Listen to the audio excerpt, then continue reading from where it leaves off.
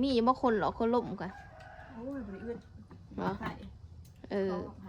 โอ้เป็นเพื่อนทะเลพักสิว่าพักโอ้นาอยากพัง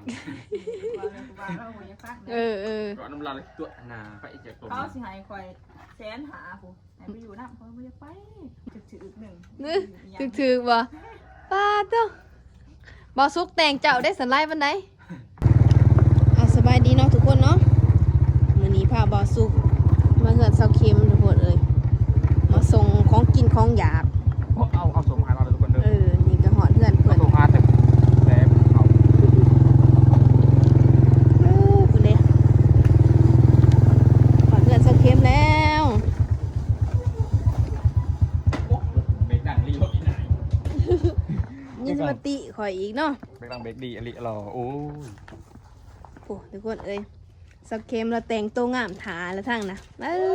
ยนี่บอสุกยิ้มไปเปิดถ่ายมาไก่มันเราคือบัตรไก่อีหนานี่โอ้มาหอดวงแดดเต็มแดดมาส่งเป็นยังมาว่าวใช่ละของฝากเรามาห่วงคนนั้น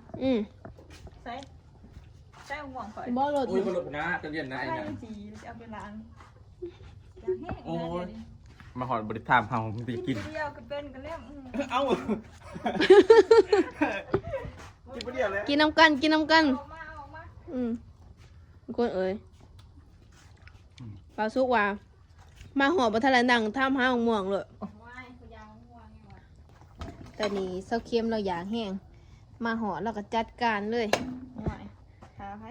คือสิอยากแต่เมื่อวานพุ่นเนาะโอ้ยโทษน้ำบอกว่าไงกับต้นน้ำบอกว่าไงกับโทษน้ำหอดกระถามตามหาบอกม่วงเลยจะบอกเข้าใจบอกเข้ามาอยากแห้งแต่เสียบรีส้มว่าเราอยากรีเนาะกรอบแล้วนี่กำลังหลังคุณเลยใช่เจียวแซ่บได้เห็นโอ้ยเจียวเครื่องบุโคบนี่เราก็ก่อยไว้เรียบร้อยนะพอแล้วให้เอาสมมาโอ้ยังกับบุกี้โอ้ยยังกับบุกี้เฮงกลัวลงว่าอันนั้นเขากลัวบ่มีกลัวกระไผ่ขาดน้ำไผ่เปิดเลยมาสุกพ้นมามีเมื่อยนี่ปกกินผสมนี่มันนะอยากเงินก็กินวะคือสเค็มละอยากเนาะกินกับมีอะไรเราไปกินก็ค่อยพอดีหน่วยน้อยๆพอดีกัดโอ้ชิมบึงเต่าประหยัดเบิ้งหันกรอบไปรีบ่โอ้ยพังแต่เสียงโอ้ขักใหญ่ไม่ได้เปิดไก่ก็บางๆไปแสบไปไหนไปแสบไปไหนบ่ยังแสบคนมาแสบคนแสบกว่าคนไปได้จริงว่ะเฮ้ยเดี๋ยวแต่โคตรหนักเราเด้อมาเด้อเนี่ยลูกชายเจ้าลูกชายไปหนักลูกชายพอดีเลยที่อันลูกชายพอดีเลยที่อีหรอเบิ้งไหนดีมาแล้วก็ไปหลินโหลดมาแล้วก็ไปหลินโหลดโอ้มันแสบมาก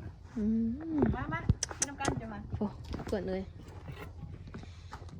ว่าสุเค็มเราอยากแห้งทาไฟได้ค่อยอยากแห้งทาไฟมาแม่ลำบากเดนหน่อยชิมบ่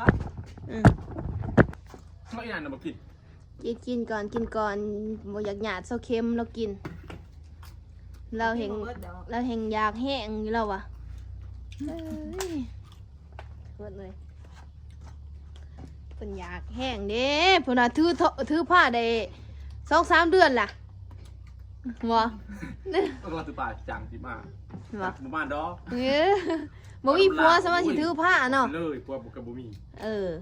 ถือผ้ามื้ออื่นก็บ่มื้อแรงเนี่ยบ่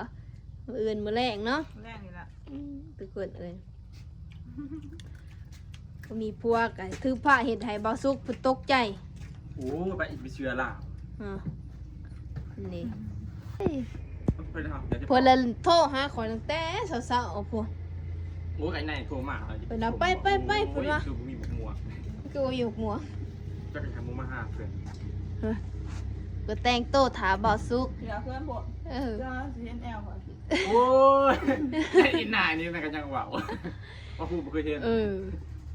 อันเด้เซาเค็มกับลูกซองแล้วยังหุ่นดีอยู่เนาะเคยกับเย็นนะยังหุ่นดีหุ่นสวยอยู่มันจะกินมะม่วงกัน ไก่ไปไข่มา พอถึงขึ้นละเดี๋ยวเด้อ เออเข้าใจเด้อว่าสุกก็แกะเกินกินน้ำลงอยู่ โอ้ยไปเกินละอีหน่ายนี่ ที่บันดียังไม่แรง เออ จะพอได้แล้วพอได้เอาเจ็บสอง โคตรเอ้ย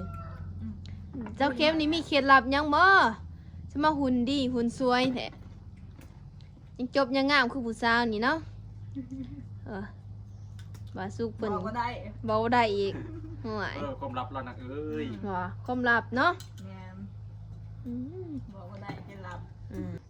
อยากกินบักม่วงหรือว่ากินหอดเบาสุกฮะ เจ้าที่หอแล้ว เจ้ากินหอดล่ะปลาเถอะเปิดเลย เราเป็นเจ้าไปจากก็มา อืม ก็จะเก็บเมื่อคืนว่าว่าโอ้ยวิ่ง ส่งหรอ จะเก็บเมื่อคืนคือบ่ห้าเอาผัวแน่ เอามาอีกเอามายังเหรอ เรื่องลูกข่อยก็เพราะอะไร บ่ก็พอแล้วเนาะลูกก็มีอีกล่ะ หนูไป ผัวก็เคยมีอีกล่ะผัวหนึ่งผัวสอง โอ้ยไม่แน่มันจะเห่าโอ้ย ข่อยสิอยากได้ลายคือเรา บ่ ข่อยก็แล้วข่อยสั่ง เราบ่พอดอกเรา ก็แม่สิมีคนมาเห็นเปลี่ยนใจ บ่เสาเข้มก็อยู่เป็นโสดมากก็เฮิงแล้วเด้เนาะคือบ่หาเอาผัวหามีบ่คนหรอกคนล้มกัน โอ้ยบริอึด บ่เออ โอ้ยจบเกินทันเลย พักสิว่าพัก โอ้ยนาที่อยากผัง ว่าเราอยากพัก เออ ก่อนน้ำลายตัวนาไปอีกจากตัว เขาสิให้ข่อยแสนหาผู้ให้ไปอยู่น้ำเขาไม่อยากไป บ่ ข่อยดี เขาสิมาแต่งเจ้าแสนหาให้ไปอยู่น้ำเขา น้ำไม่สิอยากไป โอ้ยตัวนาตัวนา ถึกๆหนึ่ง ถึกบ่ป้าเต้าบ่สุกแต่งเจ้าได้สันไลปานใด โอ้ยซัดชิปมันจะหึง แห่งถึกตัวว่า โคตรจะหึงเลยนะเอ้ย จะเรื่องอะไรกัน จะเฮิงเนาะ นี่ที่มียังล่ะ เนาะคนไทยบ่ อืม คนไทยไปอยู่น้ำเขา ให้แม่ไปปะ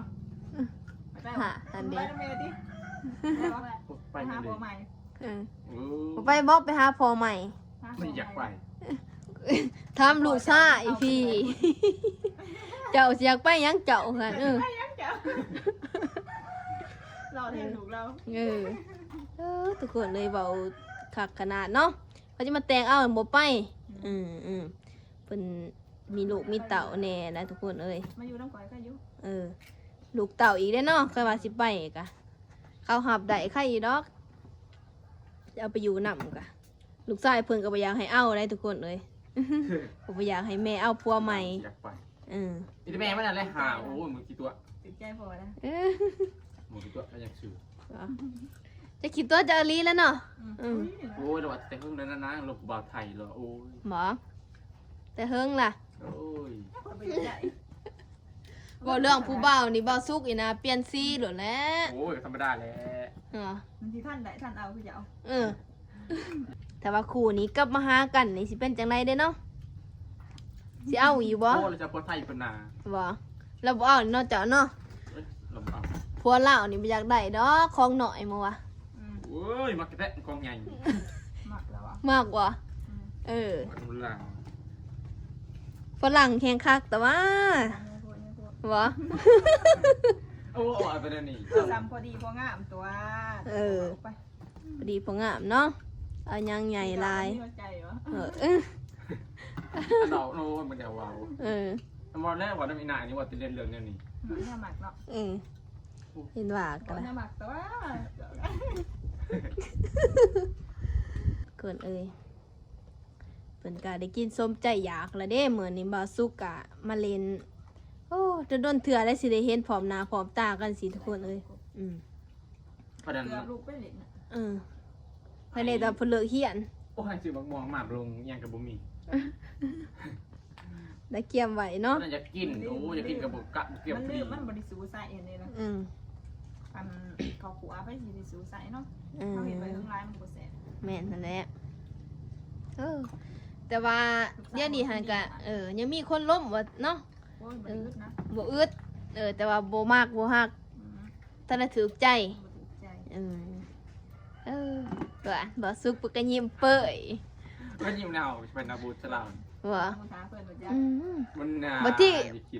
บัดที่เห็นบ่สุก อย่าพูดนะพูดคนนี้โอ้ เอาเพื่อนบ่ล่ะ อืม เอาเพื่อนบ่ มาต้นอันนั้นเห็นบ่สุกทบอิดนี่ไปถึกใจเราจังได๋ซะนะ เราบอกเป็นสิจ้ะ บ่แล้วบอกเป็นลงก้นเรา โอ้ เออเออ มึงตัวเอาเกินนี่แหละ ตัวเอา แล้วบอกเป็นเนาะจังว่า ก็ลมละลาย เขาล่มลาย เตียงหมักกับบุญยมหับบะหมักบ่ลมเอาบ่เก่ง เหรอ โอ้กับบะหมักบ่เก่งก็เอาตัวน่ะ ก็มักแน่หั่นแหละเนาะอืม มักแน่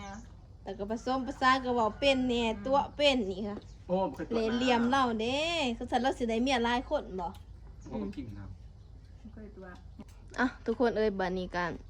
สิขอปิดคลิปก่อนบาดนี้เพิ่นก็